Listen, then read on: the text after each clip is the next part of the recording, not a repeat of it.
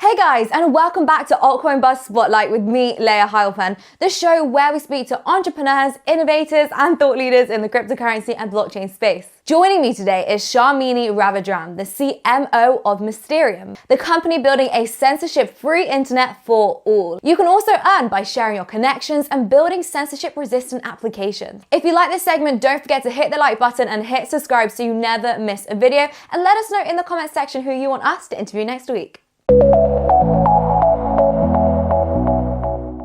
Sharmini, welcome to Altcoin Buzz. How are you doing? I'm doing so good, Layah. It's really exciting to be here and to talk to you. Yeah, it's great to have you. I think your project is incredibly topical, given everything we've sort of seen going on online right now. So for those that don't know, tell us, what is Mysterium? So Mysterium is building a decentralized VPN. I think first we should talk a little bit about what a VPN is, because most people are quite familiar with that. So a VPN is a virtual private network, and that pretty much extends a private network across a public network, which means you have more security in accessing the internet. The problem with the traditional centralized VPN players in the market is that you're just shifting your trust from like your internet service provider onto a VPN company. Whereas in the case of Mysterium Network, it's a decentralized VPN, which means our exit IPs are run by people at home. And you're kind of spreading that risk across a global pool of residential IPs. So how did this idea come about then, and how long have you guys actually been going? Oh, we've been around since 2017. We've been focused on building core technology. The main thing to take into consideration when thinking about a project like Mysterium is that we're Web3 infrastructure piece. Now, think about the VPN market. It's estimated to hit 88 billion by 2027. So this market, when you dig a bit deeper, you kind of find an oligopoly led by like a handful of private companies that have really failed to innovate. And think about the fact that your privacy, or what is presented as your privacy online, is owned by 5-6 companies that are presenting a lot of different brands to you. So that's one of the reasons we came into existence, to disrupt this space and actually bring real access and open internet to everyone in the world. Yeah, and you guys focus a lot on, being censorship resistant. So I'd love to sort of get your thoughts on everything we've sort of seen online at the moment. I know people are looking at big organizations like Twitter, for example, and they're sort of accusing them of censoring people. It's really interesting. I've actually got a piece coming out shortly. It's an op-ed, just kind of looking at what happened at the Capitol and just all the events leading up to it.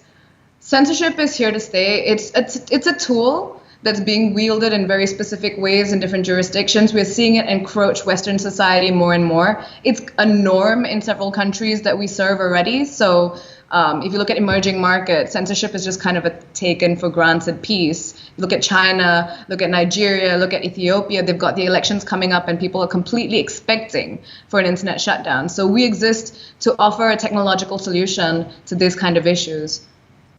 Gosh, I think that's so insane. The fact, a shutdown around election time, I think it's terrifying, honestly. So this is amazing. I'm really excited to see how it goes. But you have your own token. So tell us about this and tell us about some of the use cases. So we have our native token. It's a utility token, MYST.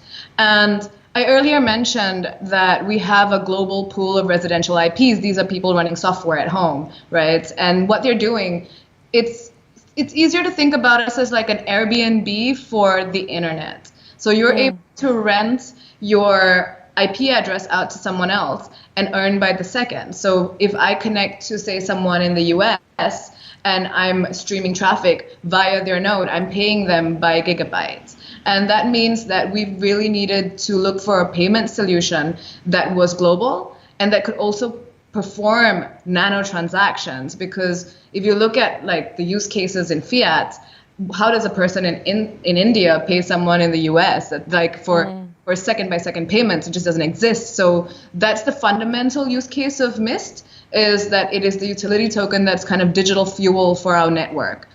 We also have, everyone has to stake a little bit of MYST, especially node runners, to ensure that we protect our network against DDoS attacks and other kind of attack vectors. So that's the main utility of the token. We have some exciting news in our product updates that will be coming soon that talk about some more detailed staking mechanisms, but I'll save that one for the next time we chat, Layah. Okay, great. I'm excited to hear it. And things are moving, which is awesome to see. So given this is cryptocurrency, this is, the decentralized world, which countries are you guys already up and running in? We're a global network, Layah. So we've been running an incentivized testnet for node runners, Mysterium node runners, for more than a year. People have been earning for providing this service. We have a concentration of nodes in the US and the UK, and this has been demand driven because people generally want to access entertainment content, and there is more access to entertainment content with those kinds of exit IPs. But in terms of the user base, it's really quite widespread. We have a really large community in Ukraine, in Nigeria, we're growing in China, which is really exciting for us. That was one of the founding dreams that we're starting to realize, which is fantastic. I think we exist to serve communities that really need access to open information. I think that's fascinating that you're quite popular in China. So given that and the situation there, have you ever run into any issues with any governments in these countries, given you allow people to roam the internet privately? Not as yet.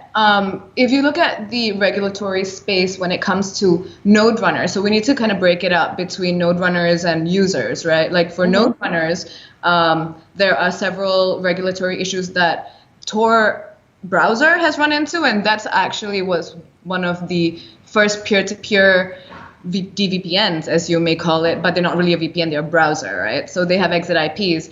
They've come up in court and won several times. So we haven't had, thank goodness, much run-ins with the law. And we're working on several different technological solutions to protect our node runners as well. One of them is called traffic slicing. We just made a video about it recently. Here, in a really small nutshell, not to get too deeply technical, what that allows a node runner to do in the future is to choose what kind of traffic comes through their node, meaning you can say, I will only allow Wikipedia, social media, blog posts kind of traffic, and I'm not going to allow adult entertainment or 4chan, for example. Mm-hmm. And these are the ways in which we're looking to protect our node runners. On the user side, what's really unique about our network is that our exit IPs are run by people at home. So it's really hard to detect. With traditional VPNs, a lot of it is data center IPs. You can kind of just blacklist the whole list of data center IPs and block the VPN, whereas internet service providers are unable to do that with us because they might just end up blocking a regular user. Our exit IPs look exactly like regular users because they are. They're just regular users renting out their internet. Yeah, I think that's really fascinating to hear. But in terms of your competitors, there are a few similar people doing things similar, not exactly the same. So there's Brave, for example, who actually allow you to earn, and I think you can sort of go a bit anonymous on there. So how are you guys different? So Brave browser is browser technology, which puts them kind of in the same category as Tor browser, which means all the traffic going through that specific browser is encrypted and passed through that node. With Mysterium VPN, once you have the VPN running in the background, all of your traffic, your chat traffic, whatever apps you have running is running through that tunnel, that encrypted tunnel. So that's fundamentally how we're different technologically. And we would love to partner with Brave, so I'd love to hear from the team. I'm sure you will do. I think that would be a really interesting partnership there. So I understand that you have a new design coming out. So tell us about this. Do you have a prototype people can check out? Yeah, so I'm hoping that you'll be able to show this, Layah. We're super excited about this. We've been working really hard on the quality of our service, which means, that once you're connecting to a node, that's not going to get disconnected and it's going to offer you really fast streaming service. Now that we have gotten very far along that journey, it's time to turn our eyes towards the user experience of our applications themselves. It is a confusing space. We're marrying network security with cryptocurrencies. So our new user experience design is meant to really help the average user who is not crypto savvy understand A, the value proposition, and B, what they're actually paying for with Mysterium VPN. So I'm super excited for this to come out. We're looking at an end of quarter one, mid quarter two launch for our Android apps and our desktop apps. And very soon after I've been promised an iOS app that I can market. Nice. I think that's so important, especially for new people getting into this space. I think user experience is just quite an issue for us right now. Things are just a little too technical. I mean, I know my own family have tried to get into crypto and they're in, but even the most basic of apps is still kind of difficult for them. So user experience is always really important. But tell me about your latest listing and trading campaign with Bittrex Global. We're super excited about our new listing on Bittrex Global, and we're currently running a trading competition that closes on the 8th of February on Monday. So we'd love to see you guys get involved. We're giving away $15,000 in MYST for 3 different categories of the trading competition. Find details for on our website. So we'd love for you guys to get involved, to get to know the token a little bit better and understand the project. We're hoping that with this partnership with Bittrex Global, we're going to lower the barrier to entry for people to understand MYST, purchase it, and use it in our decentralized VPN application, because you already can. We're one of those dApps that actually is already working. You can download it, you can use the application to access content that's geo-restricted where you are. So right now when you download the app, you get a couple of free MYST, but then you actually get to top up with Bitcoin, Litecoin, Ethereum, BCH, like a bunch of different other popular cryptocurrencies, because for us, we're crypto agnostic fundamentally. We're more interested in people being able to enter the network, and underneath the hood, we'll do all the conversions into MYST, so that MYST is what actually fuels the transactions within the network. And just finally, Sharmini, what is next for Mysterium? Oh gosh, so many things, Layah, so many things. We're super excited. We were just on our Bittrex AMA yesterday, and we shared our product roadmap, which will be going up on our website. But I'm very excited about a couple of different pieces. First of all, the iOS app. I think it's going to be a game changer for us.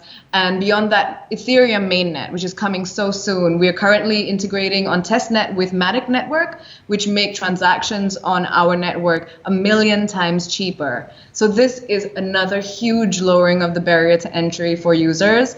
And following that integration on testnet with Matic, we'll be looking to move on to Ethereum mainnet, which is really game on, and a huge milestone for this project. So I would say that's the big long-term piece that we're looking at that we'll hit mid this year. Yeah, it sounds like the roadmap ahead is incredibly productive. So I wish you guys the best of luck. It sounds like a fantastic project. When you do get iOS, let me know so I can get it on my phone. I'm an Apple user. We have a Mac app. So we currently have applications on Android, Mac, and Windows. iOS, the only problem with iOS is we're working around some payments issues with Apple. Right. It's not a technological challenge. It's a centralized system challenge when you're building for a decentralized web. All right, well, I'll give it a go on the laptop then, because I'm a Mac user, so why not? Sharmini, thank you so much. It's such a great, it's been so great having you on the show today. Thank you. Thank you for having me, Layah.